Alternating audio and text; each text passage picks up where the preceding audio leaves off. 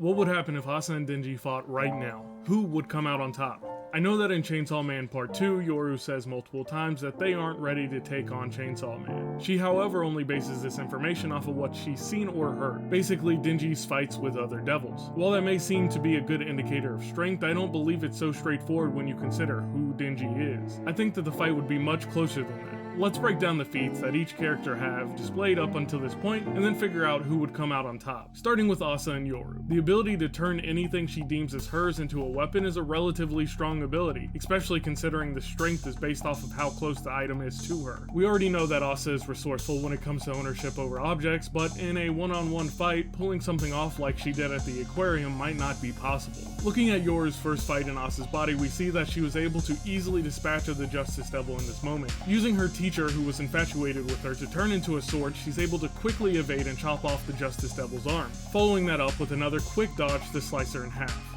all while turning the arm that she cut off into a grenade and throwing it at her to finish her off. This shows that Yoru's battle tactics are definitely great. She's able to think quickly and act accordingly. The reason that the grenade is strong enough to finish off the Justice Devil in this instance is because Asa considered Prez her only friend.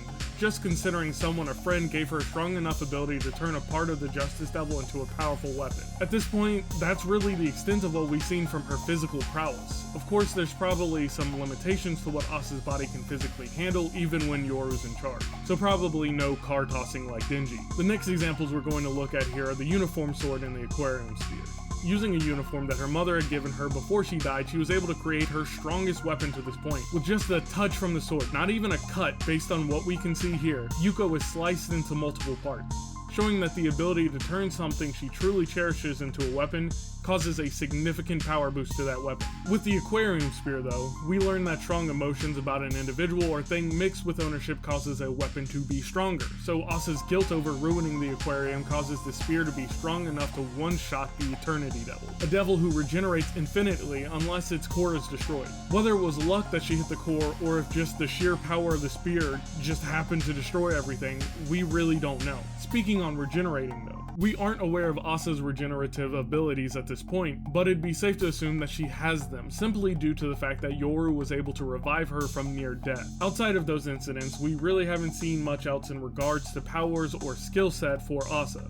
We do, however, know that Asa is resourceful and smart. Yoru is quick mentally and on her feet, and based off the weapon, they have a high chance of one-shotting opponents. Their major flaw, however, lies within Asa. She's very often overcome with emotion, which can cause her to freeze up and impedes Yoru's ability to take over. This could become detrimental in a one-on-one fight with Denji. This limits Asa's creativity to create a weapon and prevents Yoru from being the one to fight. The only other real weakness is no confirmation as to her regenerative abilities. If they're weaker than Denji's, it can cause a significant problem in a drawn-out fight. On the other hand, we have Denji. For him though, there's a lot more to pull from in regards to his skill set.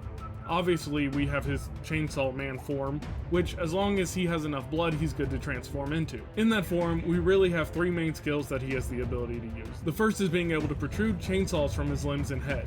The second is the ability to create threads of chains. We saw it as he rode Beam.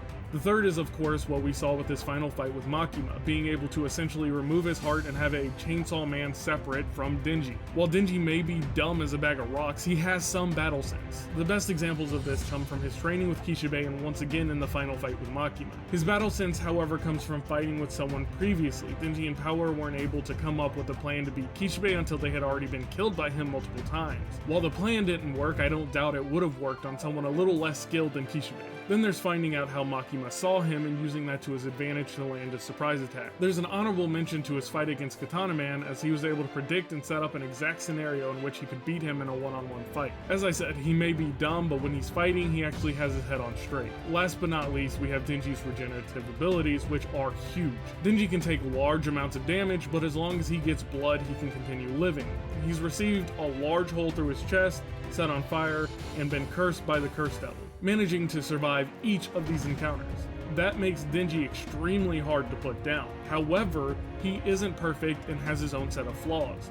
The biggest one would probably be his weakness for women. All Asa would have to do to create an opening is to flash him and he'd be starstruck. There's also the fact that if he takes enough damage, he won't be able to pull out his chainsaw, leaving him pretty low on power. This also depletes his regenerative abilities. At this point, we can also assume that he works somewhat similar to the Eternity Devil, meaning that if his heart is taken out, he's as good as dead.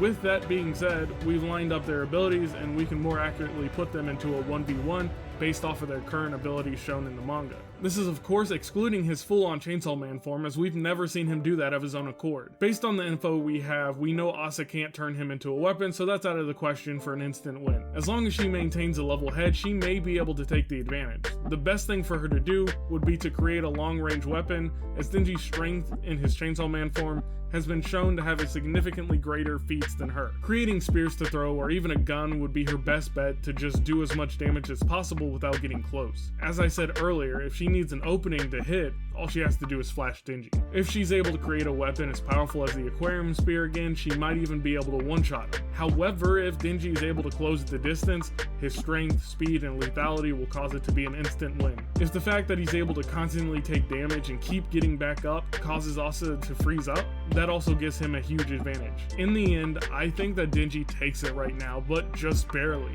If he stumbles even once in the fight, it's all over. I believe that at the moment, Yoru keeps selling her and Asa short. Their biggest advantage is really the fact that Denji is Chainsaw Man, and for as strong as he is, he has some pretty big weaknesses. But that's why I believe that if Asa and Denji fought at this moment, it's much closer than you think. And hey, as always, if you enjoyed the video, don't forget to like